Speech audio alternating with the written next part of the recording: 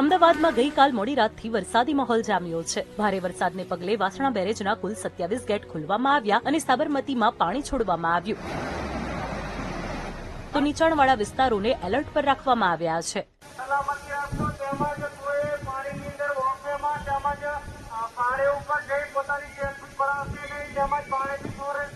સાબરમતી નદીમાં પાણીની આવક વધતા જૂના વાડજમાં નીચાણવાળા પરીક્ષિત નગરમાંથી 25 કુટુંબને સલામત જગ્યાએ ખસેડવામાં આવ્યા.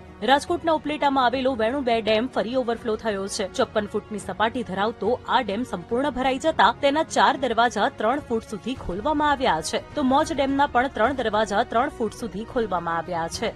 શામળાજી ઉદયપુર હાઈવે પર ભૂસ્ખલનની ઘટના સામે આવી છે. ડુંગર પરથી મોટા મોટા પથ્થરો નીચે આવ્યા છે, જેના કારણે રસ્તા બ્લોક થયા છે.